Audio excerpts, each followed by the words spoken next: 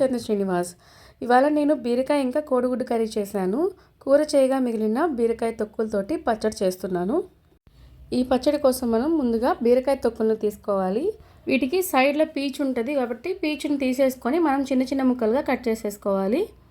బాగా ముదిరిన కాయ అయితే ఎక్కువ పీచు ఉంటుంది, కొంచెం బాగున్న దానికి తక్కువగానే ఉంటుంది పీచు. ఇలా అన్నిటినీ ముక్కలు ముక్కలుగా కట్ చేసేసుకొని వాటర్లో వేసుకొని నీట్గా కడిగేసుకోవాలి. ఈ పచ్చడి అయితే చాలా చాలా టేస్టీగా ఉంటుందండి. చిన్నప్పుడు మా అమ్మ ఎక్కువగా చేసేది ఈ పచ్చడిని.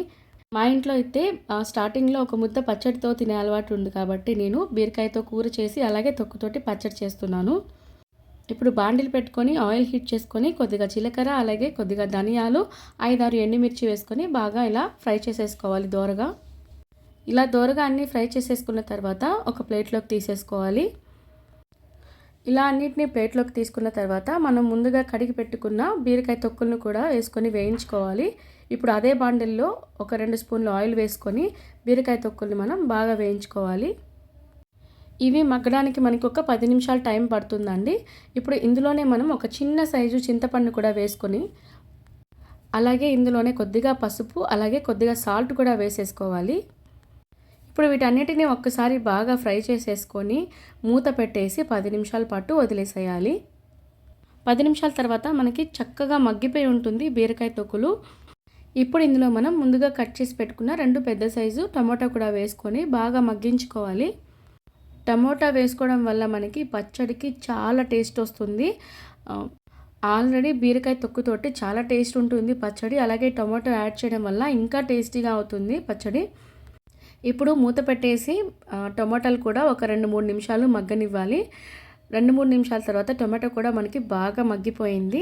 ఇప్పుడు మనం వీటన్నిటిని బాగా గ్రైండ్ చేసుకోవాలి.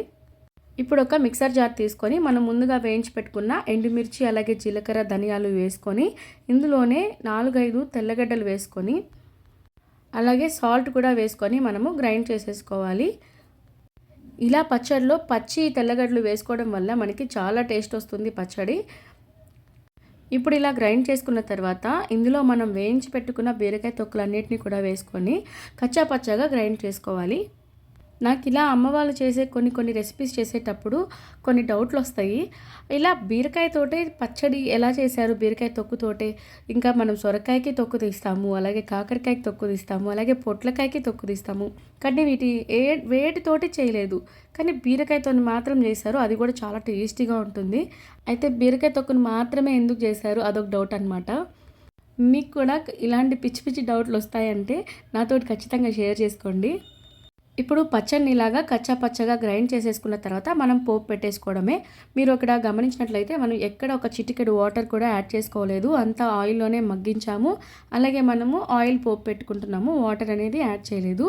అందువల్ల ఇది ఒక 1 వీక్ వరకు స్టోరేజ్ చేసుకోవచ్చు.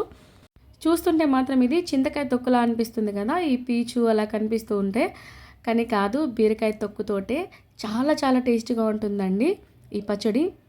తప్పకుండా ట్రై చేయండి. వేడి వేడి అన్నంలో పచ్చడి వేసుకొని నెయ్యి వేసుకొని తింటే అస్సలు మర్చిపోరు. బీరకాయ కూర చేసుకున్న ప్రతిసారి తొక్కు ఎత్తి పెట్టుకొని మరీ పచ్చడి చేసుకుంటారు, అంత బాగుంటుంది టేస్ట్. వీడియో కనుక మీకు నచ్చినట్లయితే తప్పకుండా లైక్ చేయండి, అలాగే మన ఛానల్ని సబ్స్క్రైబ్ చేయండి, పక్కన బెల్ ఐకాన్ క్లిక్ చేయండి. అప్పుడే నేను పెట్టే వీడియోస్ అన్ని మీ వరకు వచ్చేస్తాయి. అలాగే మీ ఫ్రెండ్స్కి రిలేటివ్స్కి షేర్ చేయండి. Thanks for